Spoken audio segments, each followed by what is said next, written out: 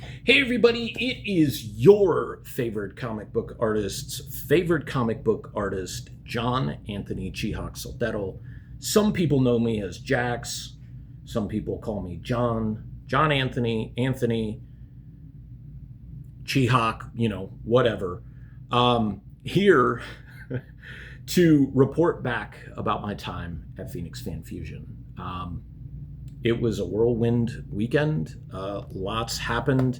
I don't think I kept a very accurate tally of all the people who came up to my booth for what I've been doing since September of last year, which is keeping demographic tracking, age, gender, trying to see like who's coming up to my table, like what my fan base is. It's pretty safe to say that my fan base is still predominantly in that 20 to 40 range. The other hard thing is it's hard to tell what age somebody is because some people look a little bit older, some people look a little bit younger, some people look right on. So I just try to go with the best of what I can do. So the show itself, sales-wise, was better than the last two Phoenix Fan Fusions. So I'm all about that. Small growth, not a tremendous influx of sales, but better. That's always a good thing. A little bit better than I've done at the last Tucson Comic Con and better than the horror shows that I've been a part of last year. I would say I would put this up there with probably 2023 in terms of like what I did, like sales wise, probably around there, maybe a little bit better for Phoenix, because it dipped down in 2024 and 2025. It happens. I think the influx of prints got people to, like slow down while they were passing by, point at things, come in, take a look at stuff, allow them to like, hey, flip through, the portfolio so you can see the pieces a little bit closer.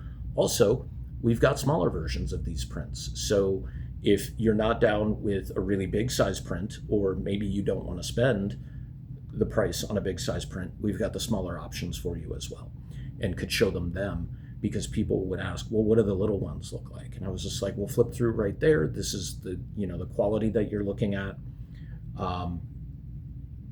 Sold some big prints, didn't sell a ton, but I was really worried after Gathering of the Ghouls, and even maybe it was Horror Fest last year, that like my big prints weren't really going to sell, that it was all going to be small prints.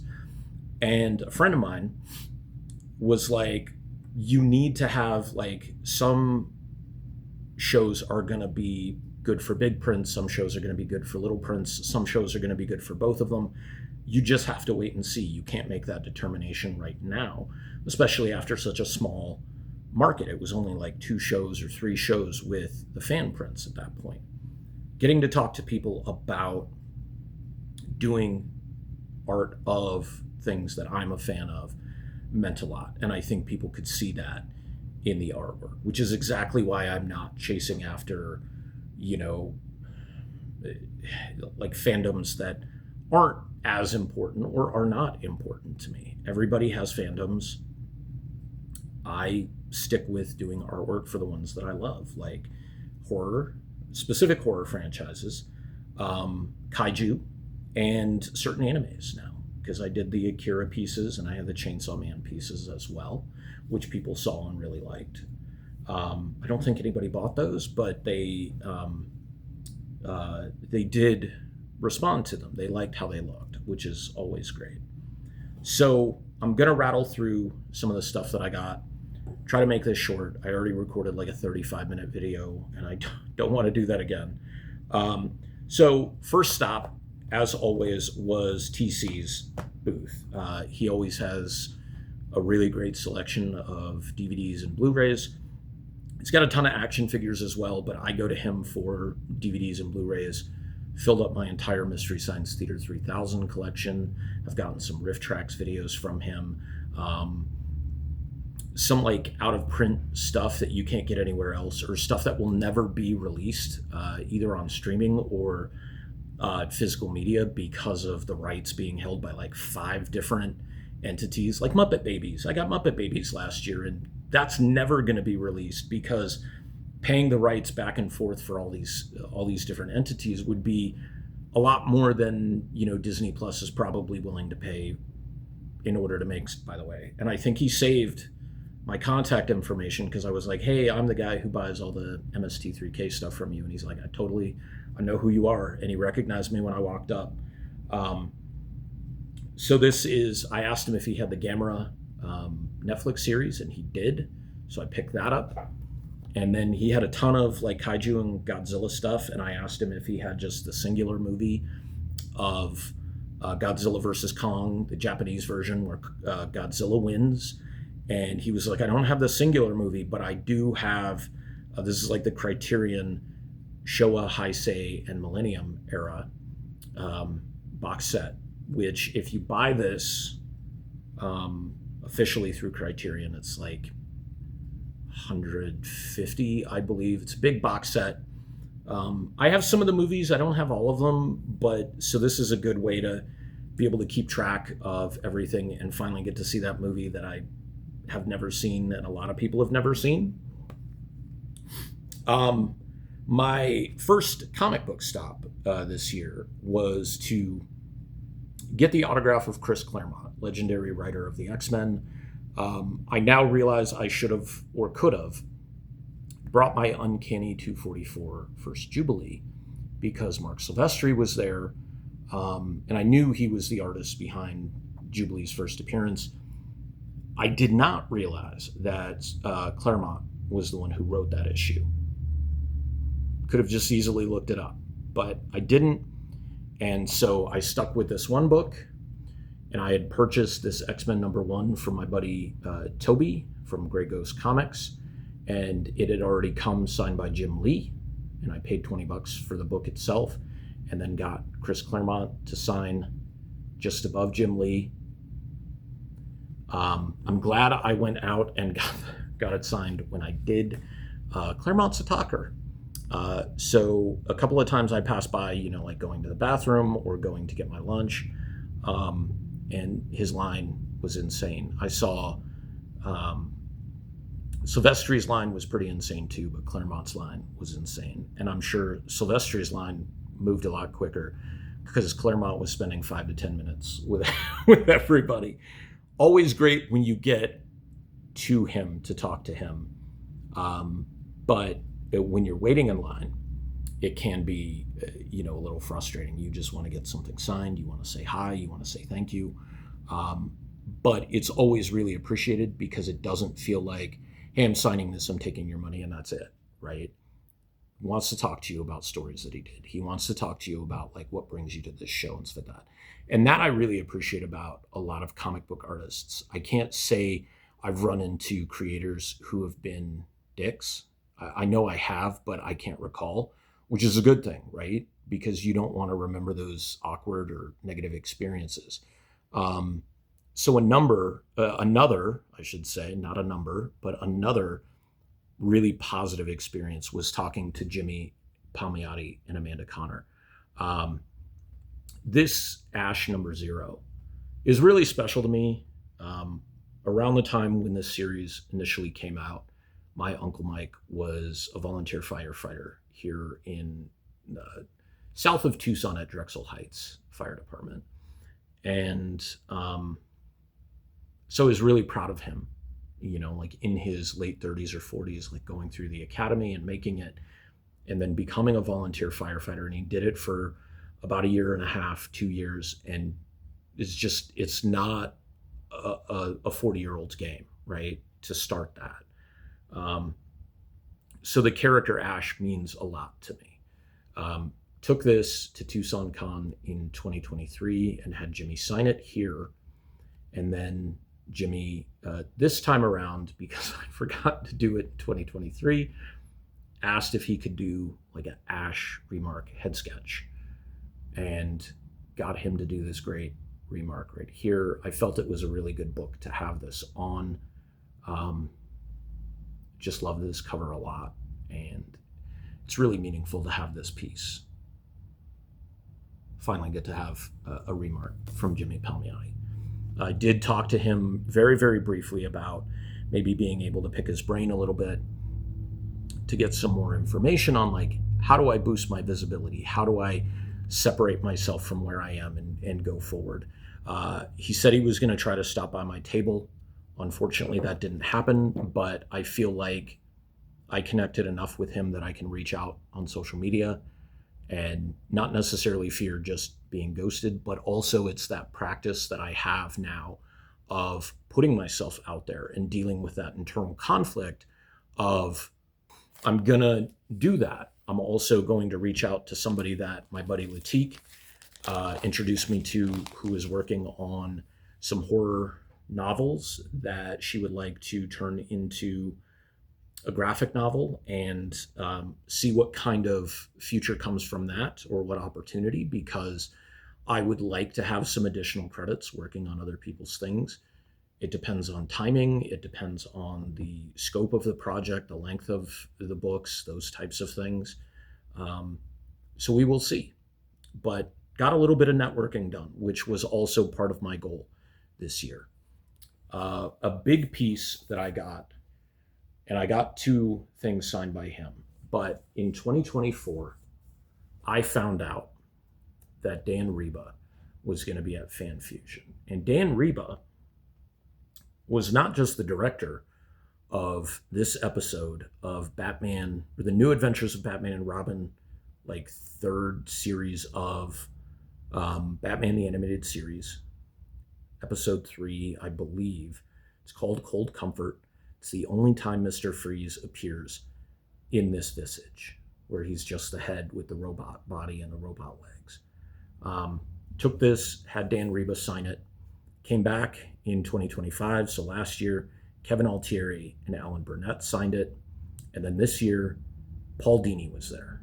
So I had to bring him back one more time to be signed by Paul Dini. I also have the pre-sketch, the Cell pre-sketch, that is signed by all 4 of these guys as well. Kind of a big moment. I kind of want to, like, be honest and open about things. Like, I asked if I could take a picture of him holding the Cell, and he said, yeah, but then they charged me for the photograph. And so that was kind of a downer, because it's like, you know, I just spent money, and it's not like I'm getting in the photo. I get it. You know, it is also about making money, but that left a little bit of a bad taste in my mouth. I could have said no. It's kind of awkward to request that, be told that, and then just be able to be like, nah, I'm good, never mind. Which I could have done. I should have done, quite honestly. Another goal this year was to get another piece from Tim Seeley. This is my 4th piece of artwork from him. The first 3 I got were Chucky, Tiffany, and Gigi from the Chucky franchise. And this is my first kaiju from him. I wasn't able to go up first thing on Friday. I talked to him pretty much first thing on Saturday and asked how he would feel about doing a kaiju. He was all over it. I started writing down a couple of choices. It was just like, I'm going to write down four names. You pick whichever one you want to do. When I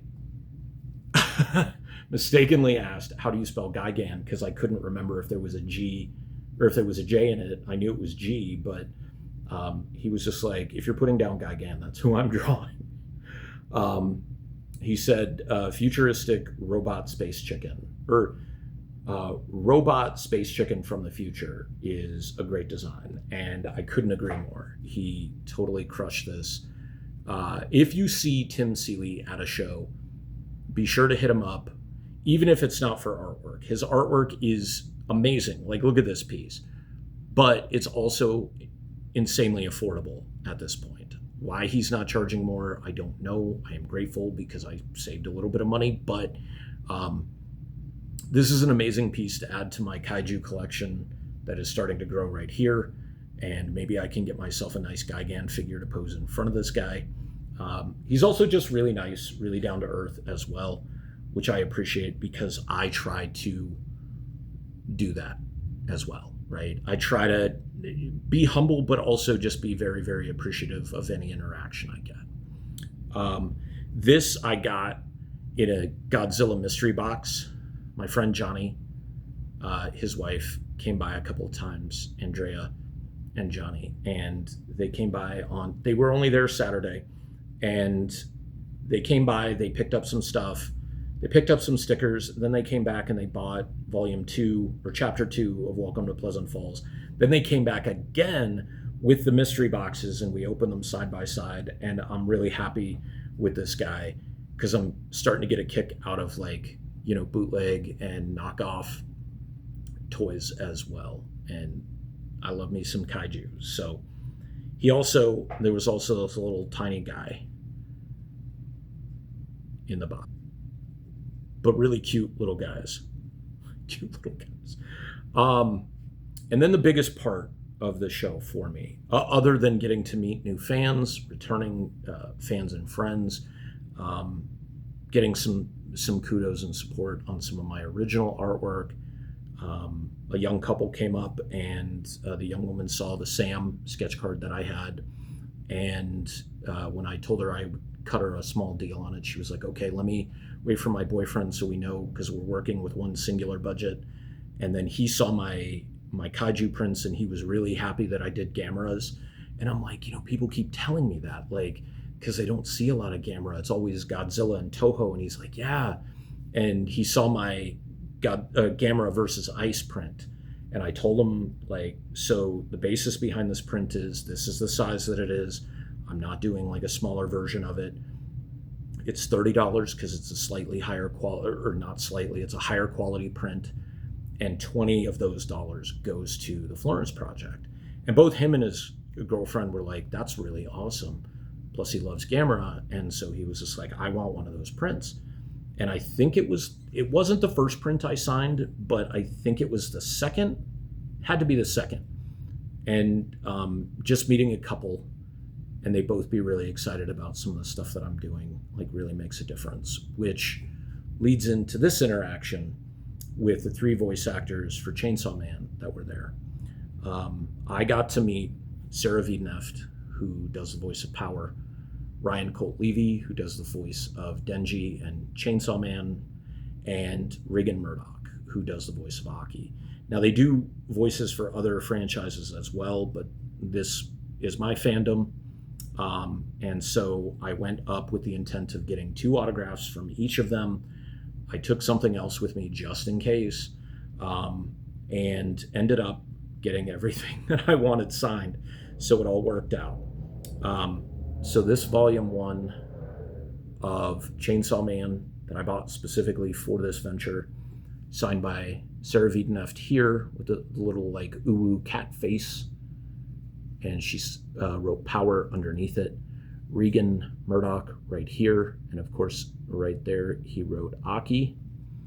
And then Ryan Colt Levy I had signed near the top right next to Chainsaw Man, and they all did little remarks and things, and he added both Denji and Chainsaw Man on there. And then for Ryan specifically, I brought my Chainsaw Man figure and asked if he could sign along the bar of the chainsaw. And he was like, that's a great spot. So he signed it. He did his chainsaw teeth. And he also added, of course, Denji and Chainsaw Man along the bottom. I've got to figure out a really nice way to present these. I kind of want to present them together next to each other, in a shadow box. I think that would be really nice. But I need to have some way for this to hover a little bit. So maybe if I find a little mini case or something, I can do that. And then the big thing, the thing I wasn't sure if they were going to be willing to sign or not, because I had heard sometimes voice actors have certain contracts that they can only sign official merchandise.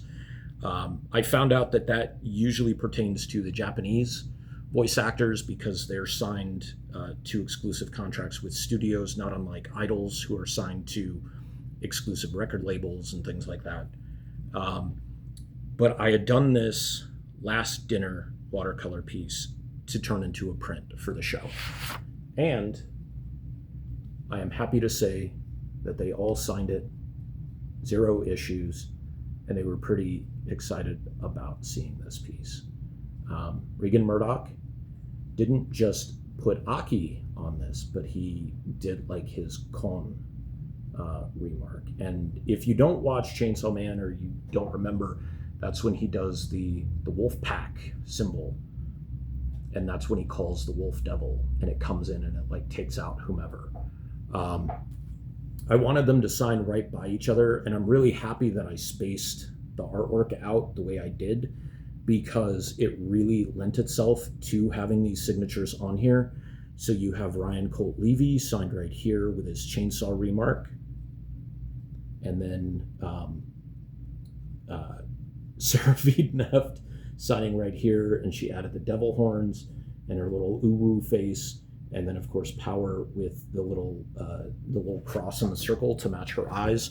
And one thing I forgot to show, Sarah was the first one I had sign this, and she asked if I wanted to sign the cover or the inside, and I said I'd rather have the cover signed because it's going to be a display piece. And so afterwards she opened it up and she drew little devil horns on Pochita. They were all lovely, lovely people, like just very nice, very down to earth, appreciative of their fans, took a lot of time talking with each fan, which again, when you're waiting in line, makes it longer, a little more arduous, especially me being 48 and having a really bad knee. It made it a little hard to stand for that long a period of time, but I got to meet some cool people in line and see their excitement as well. And I'm just really, really glad I went, and I'm glad I took that time to stand in line to meet some people whose work I greatly like and respect. And not to be outdone, Chavo Guerrero was there signing. And I walked by on Saturday, and he had this great Ramones homage shirt.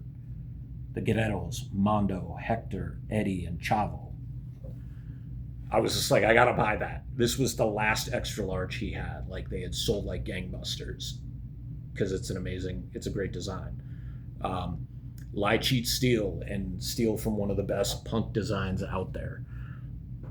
Anyways, guys, it was a good overall experience. Could sales have been better? Sure. Could they have been a lot worse? Yeah. Missed out on a couple of sales, unfortunately, because some people didn't want to just purchase when Fran was there and I was in line or eating lunch or whatever. But one of the things I'm working on in therapy is I can't control other people's actions, right? I had a couple of big rushes on Sunday, and working on like talking to this person over here, then knowing that this person was ready and kind of being able to let go of that conversation so I don't lose this potential sale, and then finish with this person and move back over to this other person who's come up now.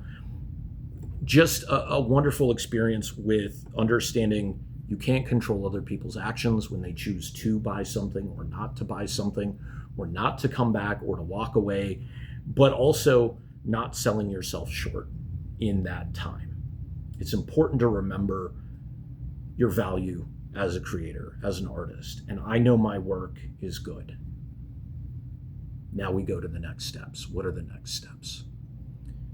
I hope this video has been as fun for you as it was hard on my throat to make. Still in recovery mode from Fan Fusion, but I'll be back to full strength, because I better be, because this weekend there's a mini comic show at the Collector's Territory here in Tucson. There's going to be comic book vendors, going to be some other local artists there. I'm really excited to be a part of that because it's their first comic book show. And I would love to, if you're here in Tucson, to see some of you down there. Yeah, and we can chat. You can pick up your copies of Euthanasia 20th Anniversary Edition. You can pick up Chapter 2 of Welcome to Pleasant Falls. Chapter 1, if you haven't, for whatever weird reason. And it'd just be nice to see Tucson turn out for that, especially if you weren't able to come down to Phoenix Fan Fusion. I know it was a big event. There were a lot of people waiting outside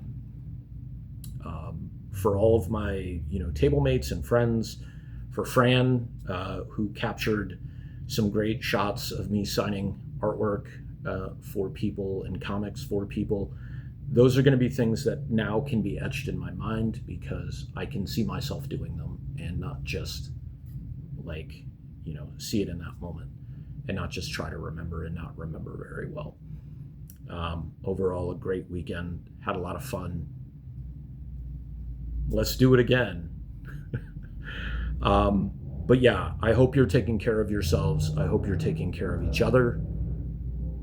And I hope this video just gave you a few minutes away, even if you were just looking up, while you were doing chores or drawing or writing or doing homework or what have you. Thank you for tuning in. As always, like, comment, subscribe, all the things. And until next time, take care.